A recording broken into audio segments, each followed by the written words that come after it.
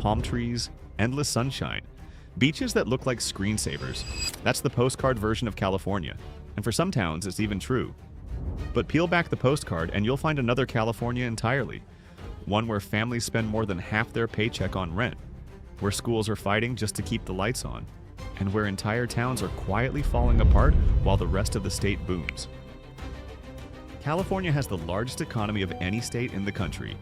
If it were its own nation, it would rank among the largest economies on Earth. And yet, inside that same state, there are towns where the poverty rate is higher than almost anywhere else in America, where unemployment refuses to budge, and where kids are growing up in school districts that are barely staying afloat financially. Today, we're counting down the worst places to live in California. We'll look at the crime statistics, the economic data, the school performance numbers, all of it. But more than that, we're going to ask a bigger question. Why do these towns end up here in the first place? And here's a preview of the answer, because it genuinely surprised me while I was researching this. Most of these towns aren't on this list because of crime. They're here because of something slower, quieter, and honestly harder to fix.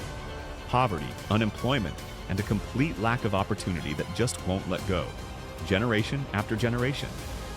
Stick around to the end, because we're going to tie all of this together and talk about what it actually means for the people who live there. Not just the statistics, but the human side of it. Before we dive into the list, it's worth pausing for a second to understand where this information even comes from, because it's easy to assume worst places to live lists are just clickbait. Town that's been ranked not just one of the worst in California, but one of the worst in the entire United States.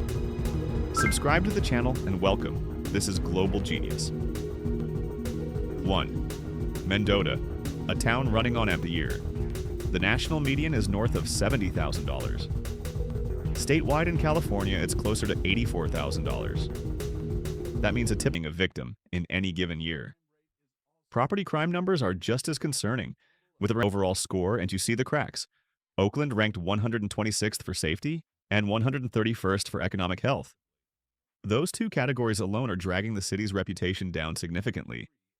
A different study, this one focused specifically on danger, ranked Oakland the 8th most dangerous city in the entire United States, driven largely by poor scores in home and community safety, alongside an elevated risk of natural disasters in the surrounding area.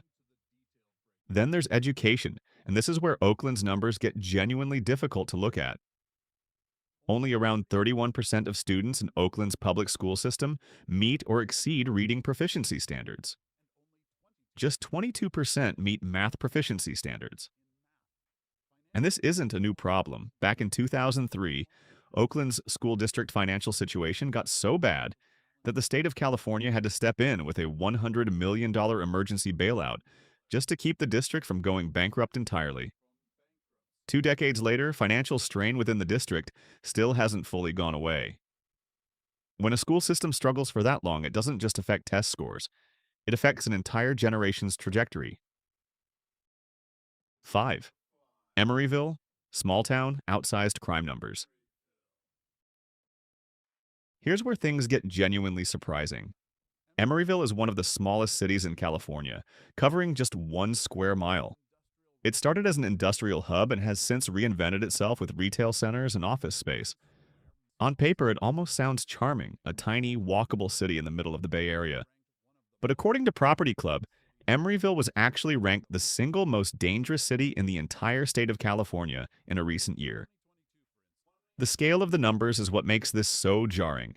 Roughly 12,500 reported theft incidents and around 800 violent crime incidents, in a city with a total population under 13,000 people. Do the math on that for a second. That's nearly 1 theft incident for every single resident, in a town of barely 13,000 people. Emeryville is a powerful reminder that city size doesn't automatically correlate with safety. Sometimes small, dense, commercially active areas attract exactly the kind of opportunistic crime that drives numbers like these through the roof. 6. Commerce. Living up to a risky reputation. Just south of Los Angeles sits Commerce, a small city of roughly 12,800 people that earned the unfortunate title of California's 3rd most dangerous city in a recent statewide ranking. The violent crime rate here comes in around 999 incidents per 100,000 residents, and residents face roughly a 1 in 11 chance of becoming a victim of either property or violent crime in any given year. That's an extraordinarily high figure for a city this size. Niche, the platform that ranks neighborhoods and cities across the country, didn't do commerce any favors either, handing the city an overall grade of C minus, with a D minus specifically for housing, a C plus for public schools, and a C minus for crime and safety. Underneath those letter grades is a familiar economic story. Commerce's poverty rate sits around 14.8%, noticeably above the national average. The median household income is approximately $58,000, well below both the statewide and national medians. Once again, we see the same pattern. Where economic opportunity is thin, crime statistics tend to climb right alongside it. 7. San Bernardino, tough on families, tougher on kids. WalletHub also ran a ranking specifically focused on the best and worst cities for families, and San Bernardino landed near the very bottom, 177th out of 182 cities studied nationwide.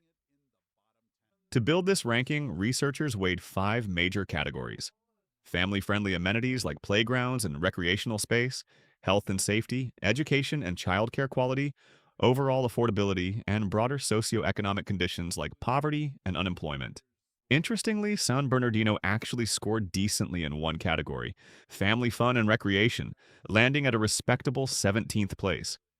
But everything else pulled the city's overall ranking down hard: 166th for health and safety, 176th for both education and childcare, 176th again for affordability, and 143rd for socioeconomic conditions.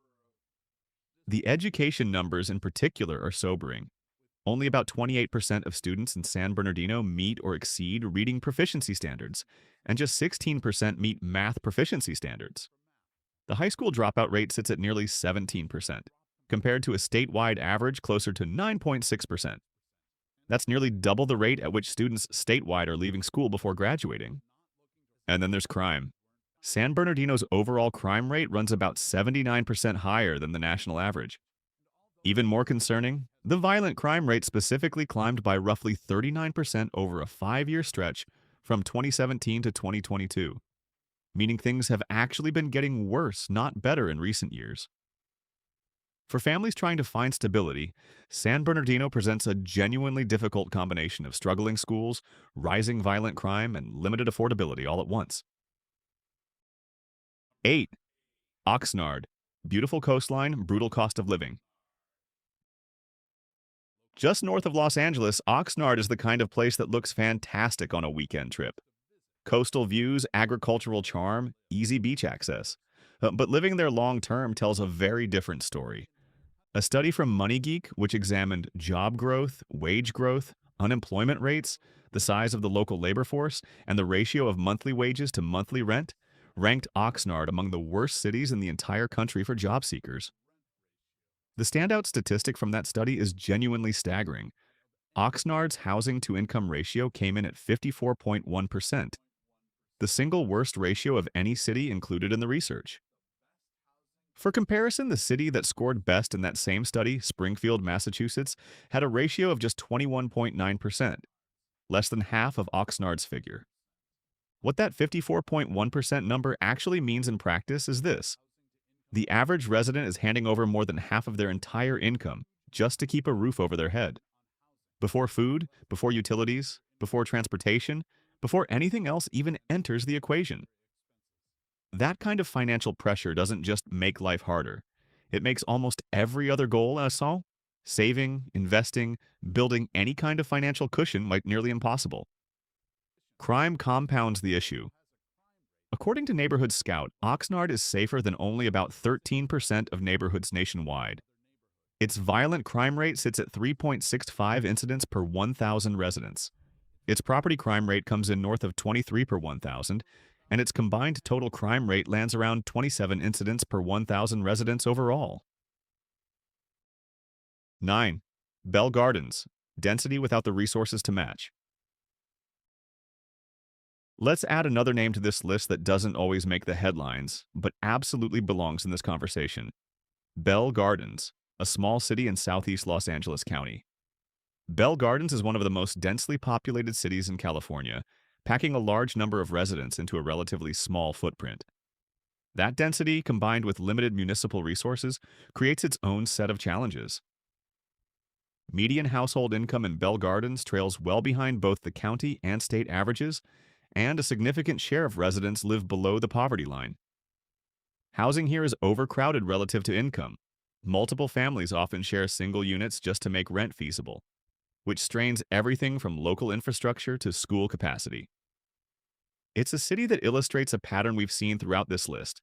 When wages don't keep pace with the cost of simply existing in California, families get squeezed into smaller and smaller spaces, and entire neighborhoods bear the strain. 10. Compton. A reputation that's slowly shifting, but still a long way to go. No list like this would feel complete without mentioning Compton, a city whose name has become almost synonymous in pop culture with urban hardship, largely thanks to decades of music and film references. To be fair, Compton has made real measurable progress over the past 20 years. Crime rates today are significantly lower than they were in the 1990s. But better than it used to be doesn't mean good. Compton's poverty rate remains elevated compared to both county and state averages, and unemployment continues to run higher than the national figure.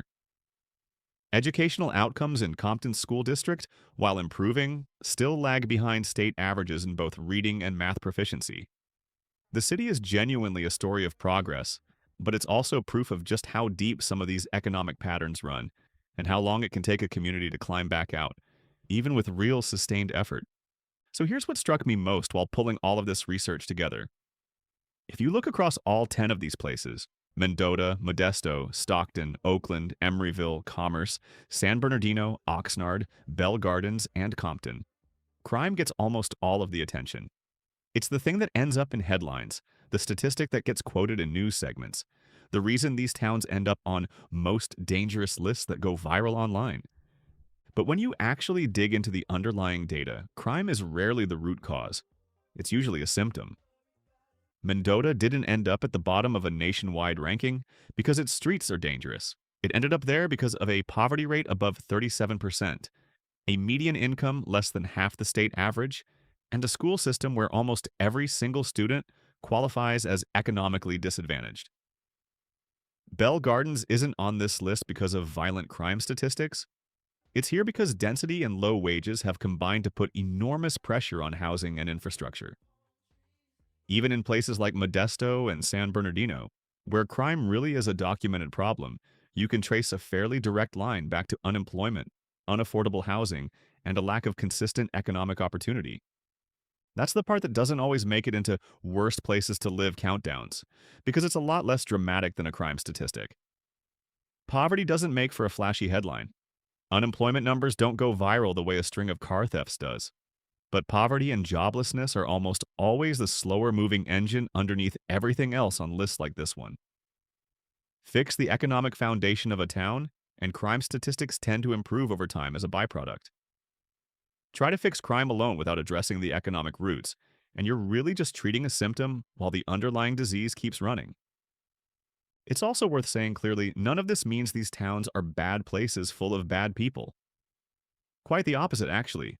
Most of the families living in Mendota, Stockton, Bell Gardens, and Compton are working incredibly hard, often holding down multiple jobs, just trying to build a stable life in an economic environment that hasn't given them much room to do it. The statistics in this video describe systemic conditions. They're not a judgment on the character of the people living through them. California's overall economy is enormous. It's home to some of the wealthiest companies and individuals on the planet. And yet, that wealth clearly hasn't reached every corner of the state evenly. Some of that comes down to history. Agricultural towns built around industries that have since automated or declined, leaving behind communities with fewer paths to new kinds of work. Some of it comes down to policy decisions made decades ago, like municipal bankruptcies or school funding formulas, that towns are still living with the consequences of today. And some of it simply comes down to geography. Proximity to major job centers, ports, and transit lines tends to correlate strongly with economic opportunity, and not every town has that proximity. So the next time someone tells you California is all sunshine, beaches, and laid-back lifestyle, you'll know there's a much bigger and more complicated story happening just outside the frame. 10 towns, 10 very different sets of circumstances, but almost the exact same underlying pattern. When opportunity dries up, everything else, crime, education, housing stability, tends to follow it downward. Now, if you found this breakdown interesting, you might also want to know why so many people are leaving California altogether and exactly where they're headed instead. That's a story we'll dig into in an upcoming video, so make sure you're subscribed so you don't miss it. Thanks for watching, and we'll see you in the next one.